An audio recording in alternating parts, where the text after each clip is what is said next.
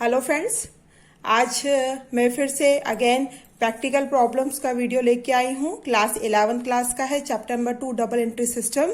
इसमें जो practical problem है क्वेश्चन नंबर 4 जो पेज नंबर 43 पे दिया गया है वो वाला क्वेश्चन हम सॉल्व करेंगे और सीखेंगे। इस क्वेश्चन में अकाउंटिंग इक्वेशन दिया गया है। क्वेश्चन नंबर 4 है ये आपका इस बुक में। Give the accounting equation for the following transactions. इसमें आपको अकाउंटिंग इक्वेशंस कर बताना है और उससे रिलेटेड ये वाला क्वेश्चन सॉल्व करना है। पहले भी हमने बहुत सारे एग्जाम्पल कर चुके हैं और प्रैक्टिकल क्वेश्चन भी 3 तक मैं आपको बता चुकी 3, ये 4th वाला है। तो चलिए करते हैं इसको किस तरीके से किया जाए।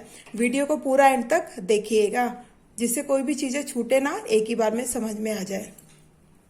इसका फॉर्मेट है, सीरियल नंबर बनता है, ट्रांजेक्शन्स बनते हैं, एसेट्स रुपीस में, इक्वल का साइन, लायबिलिटीज रुपीस में, प्लस का साइन, कैपिटल रुपीस में। इक्वल का साइन और प्लस का साइन का यहाँ पे क्या इंपॉर्टेंस है मैं आपको क्वेश्चन सॉल्व करने के बाद लास्ट में बताऊंगी।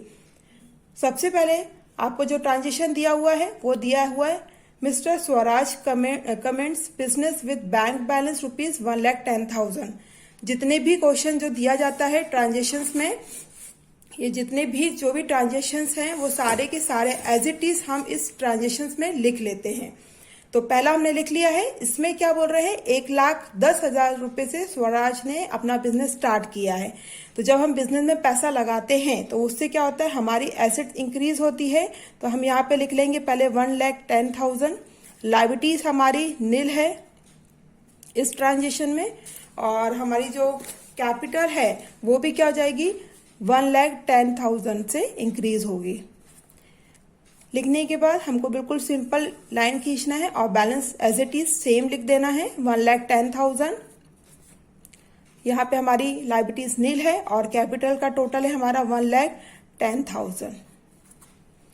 दूसरा कह रहे हैं purchase furniture on credit from SMS furnitures mart 25,000।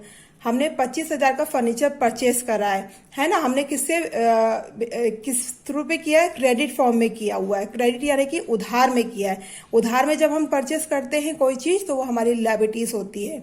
और हमने परचेस किया फर्नीचर तो हमारे पास 25,000 का फर्नीचर आ रहा है फर्नीचर हमारी क्या हो जाएगी एसेट्स। तो एसेट्स इंक्रीज हो रही कितने से 25,000 से, और लायबिलिटीज भी हमारी इंक्रीज हो रही है 25,000 से। और हमारी जो कैपिटल है इस ट्रांजेक्शन में क्या है, नील है, कुछ नहीं है। अब यहाँ पे हम सेम बैलेंस निकाल देंगे तो हमारा आ जाएगा 1,10,000 plus 25,000 equal two is 1,35,000।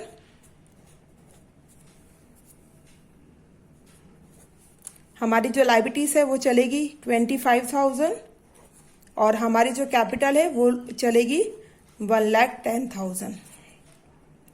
Third question दे रहे हैं transaction brought goods on credit from Yuvraj rupees 15,000। हमने कुछ गुड्स परचेस करे हैं, किससे करे हैं, युवराज से। तो युवराज से किए हैं तो हमको देना तो पड़ेगा, लेकिन हमारे पास कुछ गुड्स आ रहे हैं तो हमारे पास जो एसेट्स है वो उससे क्या हो जाएगी, इंक्रीज हो जाएगी। कितने से, 15,000 से। जब हम कुछ परचेस करेंगे तो हमारी कंपनी में क्या एसेट इंक्रीज हो रही है ना, गुड्स आ रहे हैं। तो यहाँ पे 15,000 हमारे इंक्रीज में इधर आ जाएंगे। और दूसरा चीज हमारी लायबिलिटीज भी 15,000 से इंक्रीज हो जाएगी। क्यों, क्योंकि हमें लायबिलिटीज इसलिए इंक्रीज हो रही है, हमें पेमेंट बाद में करना है, हमने उधार में लिया है। और कैपिटल हमारी एज इट इज नील है। तो यहाँ पे हम फिर से अगेन लाइन खींच के ऐसे टोटल कर देंगे तो 1,35,000 प्लस 15,000 होता है आपका 1,50,000, 1,50,000। और हमारे 25,000 प्लस 15,000 होता है 40,000 लायबिलिटीज, और आपका 1,10,000 आपकी कैपिटल है। फोर्थ पॉइंट कह रहे हैं परचेज मशीनरी ऑफ रुपीज 10,000।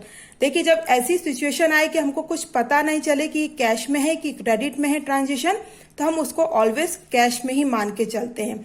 हम कैश में मान के चल रहे हैं तो हमारी कंपनी में क्या आ रही है, मशीन आ रही है। ये मशीन परचेज करी, कितने की करी, 10,000 की।